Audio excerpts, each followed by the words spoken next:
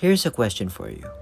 While watching anime or reading manga, have you ever encountered a character doing a familiar pose? Most likely in a sitting position, having their face tilted downwards with a faint smile on their cheek, all with a pure white color palette.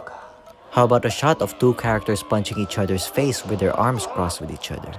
These are direct references to one of manga's most iconic series, Ashita no Joe. So why did this specific series get referenced so much? What could be the reason as to why anime and manga of all genres reference these moments? Why did this manga from the late 60s become the inspiration for multiple anime series, fighting game characters, athletes, activists, and even inspire a whole airplane hijacking incident by communists? Yes, that did happen. My answer to that is because this series was bigger than manga itself.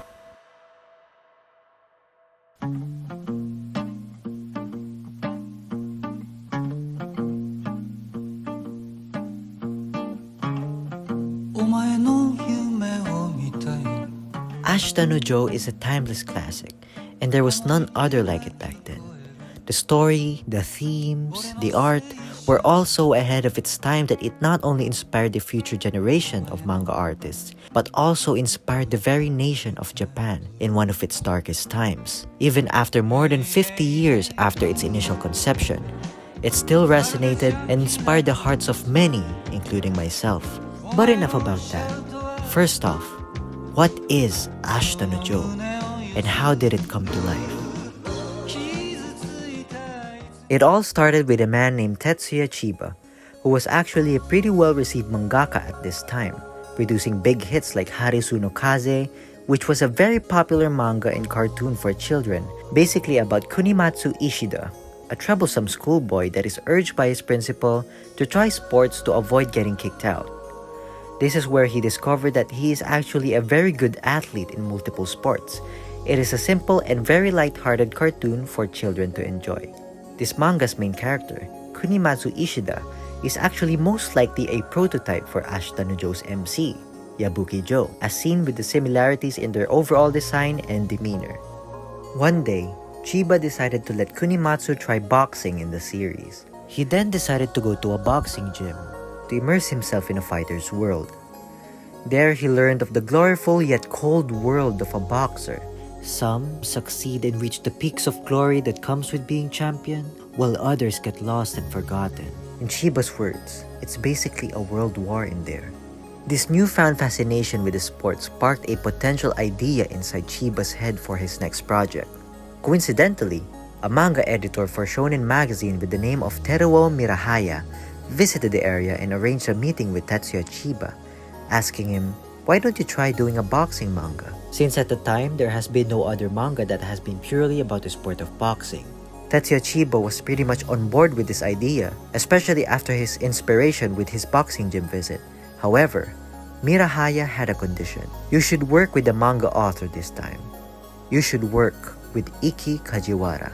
Chiba initially declined this offer because he strongly believed that Kajiwara-san and himself are two completely different writers with each of their own writing styles. Chiba's writing style is more akin to a gentle human hymn with a lyrical atmosphere, while Kajiwara's style, on the other hand, is more about effort and guts. Chiba even said himself that Kajiwara-sensei and I were like water and oil that did not mix. But Mihayara didn't give up. He knew that with the superstar tandem of Tetsuya Chiba's human touch and Iki Kajiwara's gritty narrative, that the potential series that they could conjure up would be bigger than the industry itself. After much convincing, Chiba finally decided to accept Mihayara's offer. But like Mihayara did Chiba, Chiba himself also had one condition, and that is to have creative liberties alongside Kajiwara with this potential boxing manga project. Mihayara was, in simple terms, distraught.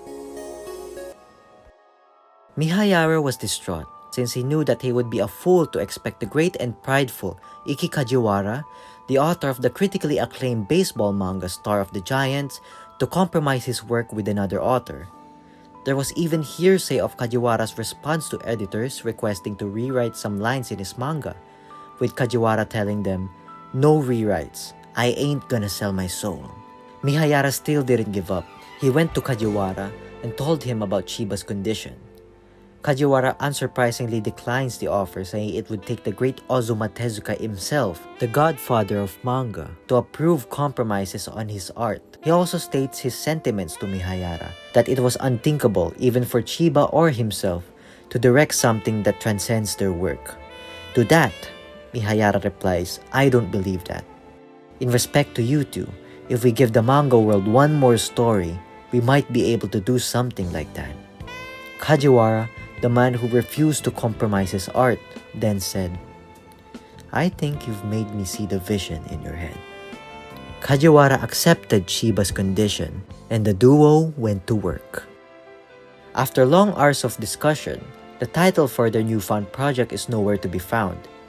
Most of their recommendation just didn't sound right for the type of story they wanted to tell. Then suddenly, these words came out of Kajiwara's mouth. "Ashita no Jo," which translated to tomorrow's Joe. This was the perfect title for the series revolving around the themes of looking for tomorrow. And thus, the legendary hero was born.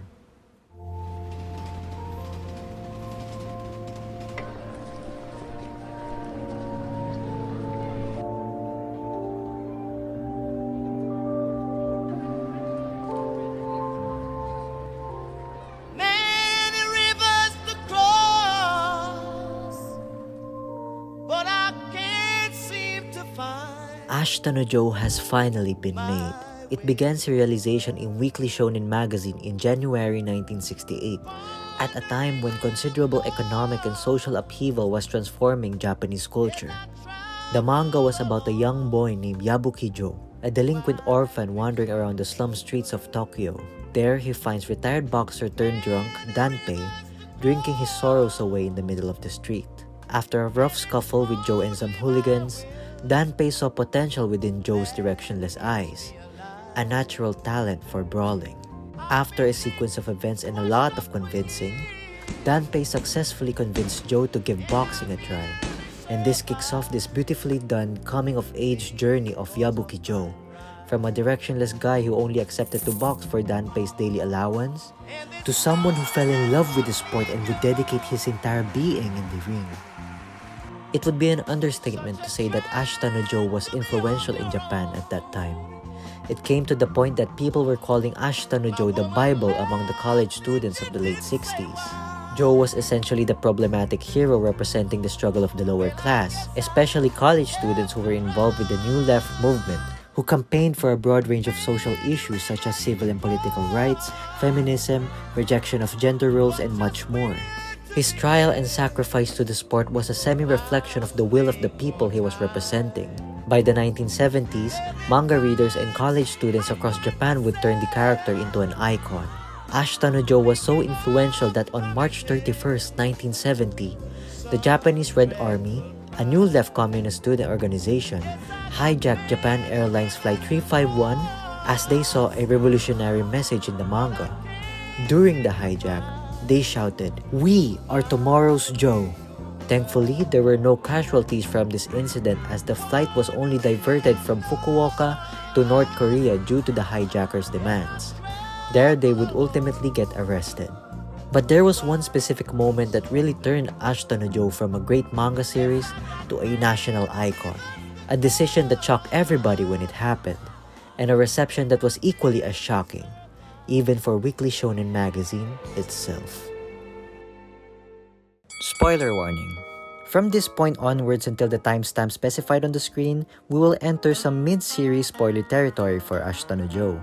If you don't mind the spoiler and want to use it as a hook for you to try the series out, then be my guest. But if you don't want to know anything from the manga, just skip to this timestamp on the screen.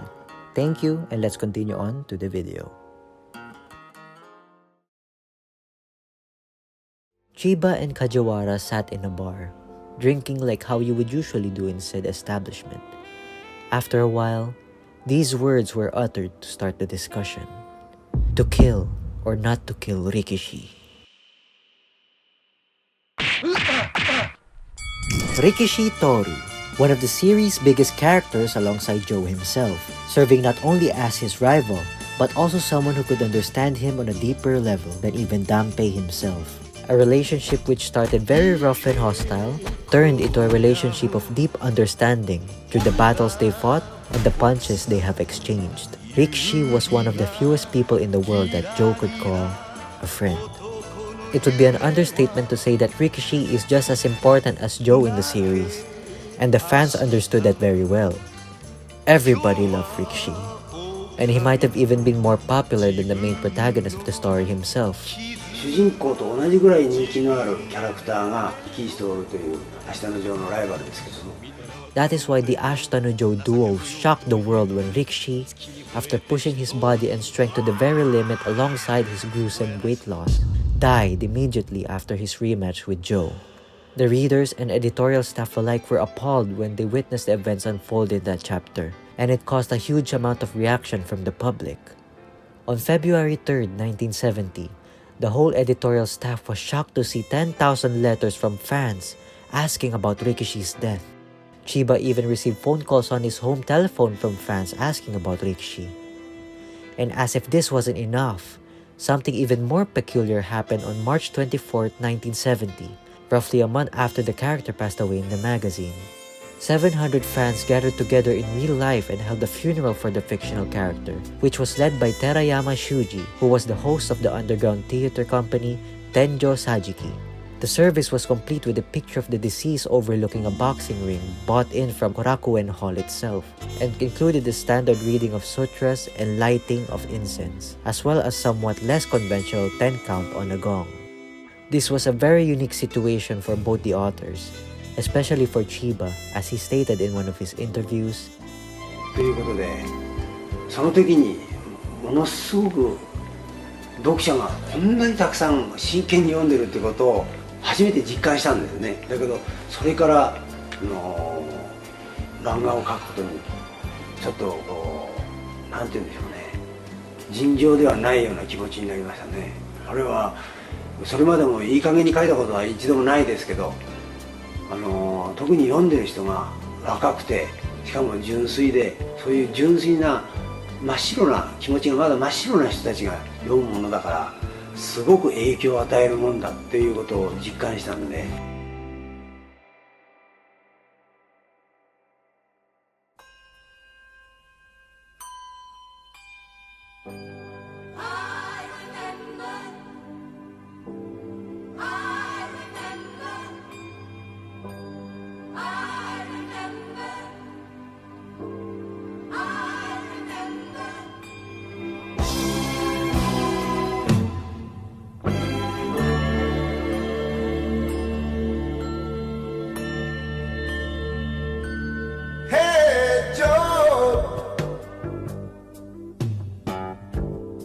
Ashita no Joe came from just being a phenomenal boxing manga to being a beacon of hope for Japan that inspired the hearts of thousands of people.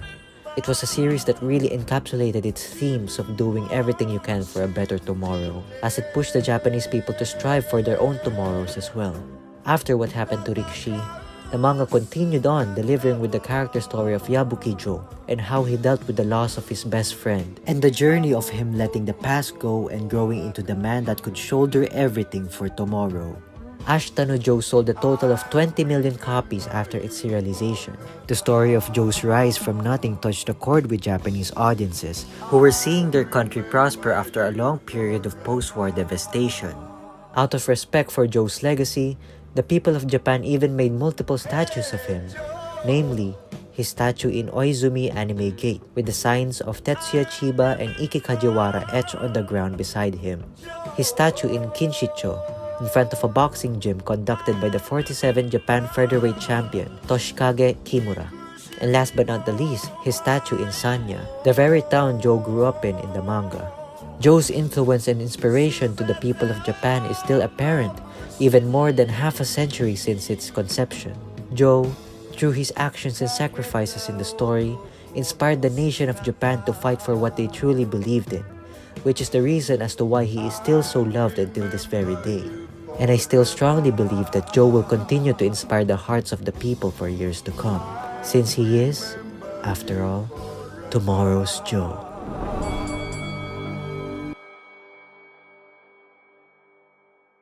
If you've reached this part of the video, I really want to thank each and every one of you for giving your time for this long-time passion project of mine about my favorite manga. It really means a lot to me, and I have more video ideas in store for future content on this channel that I'm excited to share with you guys. To not miss my future anime and video game essays, it'd be awesome if you guys like, comment, and sub to the channel. I'd like to give special thanks to Pan Puken for translating some parts of the Ashita no Joe interview, since the captions that were with the videos had very hit or miss translations due to it being Google translated most likely. The footage used in the video will be credited to each of the original creators in the description down below. Anyway, just like Joe in the manga, I took a step towards my tomorrow with this video, and I hope you guys follow me through this journey together.